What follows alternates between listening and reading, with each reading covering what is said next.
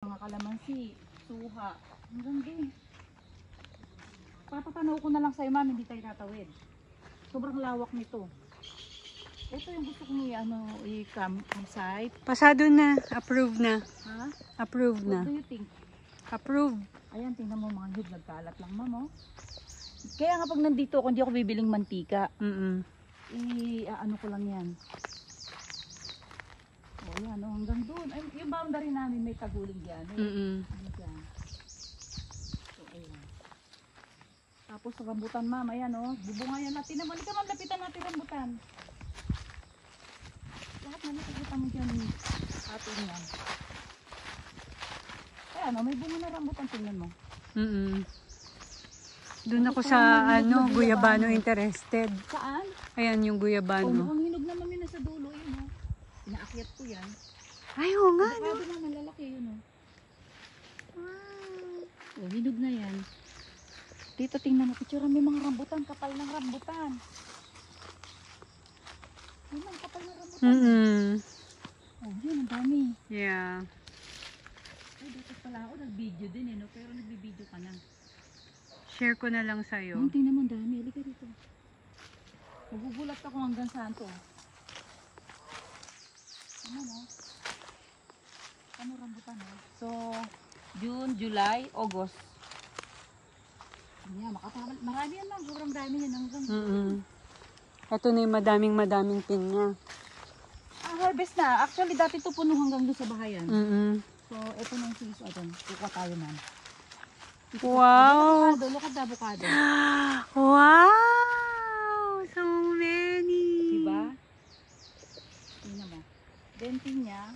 Yan pala, pwede mo pa salubong kay Ma'am Hill. Wala din siyang avocado at saka pinya. Matutuwa yun. Ayan. Teka, ma'am, napipitas tayong pinya na. Mamaya, ikot muna tayo. Ayan, makakakuha tayo dyan. Ayan, hanggang doon. Di na kita dadalhin doon. Basta marami pa dyan. Tapos na, sa palagay mo? Pasado na? Ma'am, sa pinya, hindi ang pinya ang tinatanim, ha? Mamaya kuko ko kayo. Yeah. Ito. Baka gusto mo magtanim. Sige. Ito ang tinatanim, ha? Yan. Yan, tingnan mo. Naririnig mo na ba yung ano ng ilog? Ma'am, may bahay doon. Sobrang dami nga. Ano yan? Tinanim nyo lahat, ma'am? Oo, tinatanim namin yan. Tapos ganito talaga siya kadikit-dikit? Madamo lang. Hindi ganyan talaga yung pagkakadikit-dikit. Hindi po, madamo lang. Hindi, ito yan nung magkatabi sila. Ganyan yung tamang spacing niya.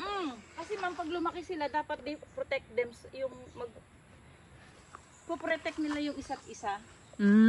May tubig pa hanggang dito. Naririnig mo? Yeah. O, yun.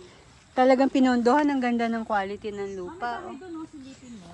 Bahay ng Chumenolan. Nakatira nung pandemic, sabi nung husband ko. Pero syempre, wala nang nagme-maintain. Medyo luma. Ayun, bahay doon. Tapos ayan, tingnan mo. Dito pa, marami pa yan.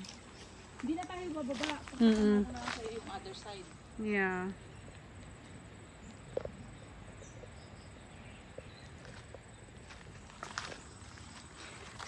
So, ma'am, anong pangalan ng farm ninyo? Manuel's Family Farm.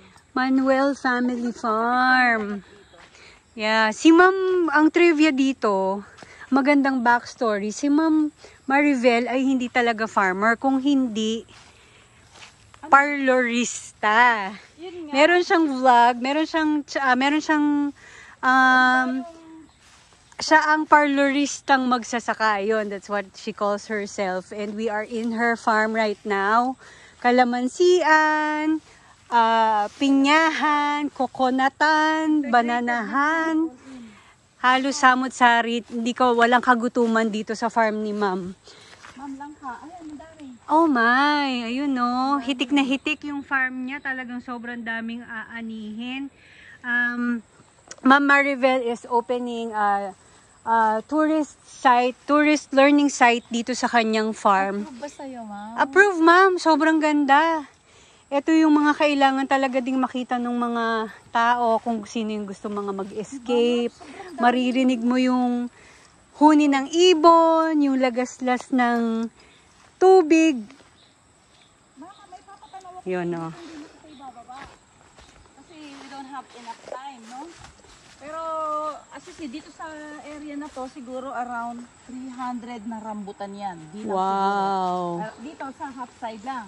So, ang picking ng rambutan mo ay August? I think, kasi nakita natin, meron na siyang mga... Month of August. So, hopefully by then, na i-open na ni ma'am sa tourism site, sa tourist Look at the learning other side, site. meron dyan boundaries. Hindi na tayo bababa. Very, dangerous. Pero hanggang dun, ma'am. Hanggang dun pa, hanggang dun pa. Then dito pa. Dito pa, dyan. Lahat. Sorry. Lahat ng nakikita nyo ay kanya. Pero, ayan ang ilog. Pinaglalaruan lang namin yung ilog na yun. Tapos, pinya, ma'am, hanggang pababa doon. So, gaano kadami ma'am, pinya ang inaani 1,000, dito? ma'am. Kasi, nag-start kami ng 2,000. Tapos, nag-double, 4,000. Kasi, yung ano niya, ma'am, yung supling. Oo. The more na dumadami yung supling, yun ang itatanim mo. So, nagmumultiply talaga siya. At saka gustong-gusto talaga ng pinya yung ganito. Yung Yes, tinatawag na pababa. trees. So, ayan. Pag ano, So, babalik pala kami para dun sa mga supling na sinasabi mo kasi wala tayong dalang sako ngayon eh. the river, ayun siya oh. Yeah. Ingat ka lang, ma'am, ha? Oo. Ayun o, Ayan, free flow. sa banda rito, meron dyan paliguan. Bumababa kami dyan. Dito kasi medyo, ito yung gusto kong i-develop. Kasi doon, okay na-develop na yung daan. Dito kasi, para makababa ka doon sa half side, mas malaki pa yung nandoon sa half kesa dito. Mas malawak siya. Then dito rin meron din yan. Kasi, originally yung kapatid ko dito, ito siya yung una niya, then ibinenta yung kalahating side. Binili niya yon. Nengganyo naman yung isang kapatid, na nasa New Zealand, dahil nakikita niya. Binili niya rin yung dun sa isang side. So, lumawak siya. So, kasi maraming may-ari. 4 kami dito sa lugar na to. Ako, yung ate ko, yung kapatid ko, ito isa kong kapatid. So, tingnan mo, ma'am, dito lang, makikita mo kasi, imaginein mo sa namin, din nila yung 50,000 na rambutan. Wow, And 50,000. Oo. 50,000 worth na binili pa namin ng wholesale, 40 pesos lang each. Oo, wow. Hindi pa namin inilagay. Nandito sila lahat. Yan, sa paligid. So, hindi lang kita madala dun sa kabila. Sana kung matatanaw natin, kuha tayo na safe na lugar. Pero okay na, at least I get the idea. So hanggang doon pa yung area talaga nyo. Sila ma'am nagpa-practice ng cut and drop. Kinat nila, ida-drop nila. Yung natitirang nutrient nitong sitalahib ay nandiyan lang sa lupa. So ang ganda ng quality ng lupa nila dito. Lang. Pag nag-harvest kami ng saging dito, mang sinasabi ko sa'yo, anong gagawin natin sa mga banana stock na yan, yung mga ganun-ganun, no? Ang dami, di ba? So kung magpo-culture ka dito ng ng mushroom, ayun, ang dami, oh. Once na yung natin yung saging, ibubwal na yan eh. Wala na yan. Kasama siya dun sa integrated farm ni Ma'am Manuel Family Farm in Abukay, sa Malaking Bato. Itong area na to, very developed, accessible by car, may ilaw, may tubig. So anyone who wants to go camping and just escape, have a nature escape, this is the right place to be. Sobrang quiet. Kahit saan mo gustong mag-camp dito, pwedeng-pwede. Safe. Kasama ako nag-develop dito. Talagang hands-on kami dito. Ito ang project namin during pandemic. Ito yung pinagdadalahan namin. So, basta, nasa atin yung buong kagubatan. Hanggang doon na, Sana all. Tapos hanggang dyan. Pero yung share ko, yung binigay sa akin ng kapatid ko, dun sa kabila. May mga sarili rin ako dun na personal ko na mga rambutan. So dito si ma'am, nagkukwento siya, dito siya nananalangka. Yan. Oo, sa ilog. Yan sa ilog na yan. Yung ilog na yan, ma'am. Kasi pag gabi tahimik, yung mga talangka, makikita mo lang sila, nakakalat lang sila. Pero spread sila dyan sa tubig. So, hindi pa natapos yung cleanup operation. Kasi mabagal yung paglilinis dahil sinisave nila yung mga rambutan. Kasama dyan.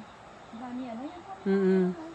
Ayan. Thank you, Ma'am Mabel, for touring, giving us this very, very quick tour. And I hope makabalik kami soon para sa ating kwentuhan at kwentahan. Yes, and I hope sana next time kaya na nating tumawid doon siguro during summer. Sure, Kasi, sure. Gusto namin yan. kailangan pa namin i-develop dito for safety yung daan. Yes. Kasi talagang sloping talaga sila.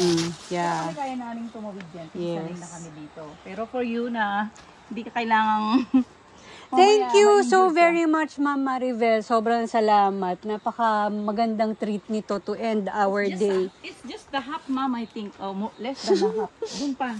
Sa kabila. Yeah.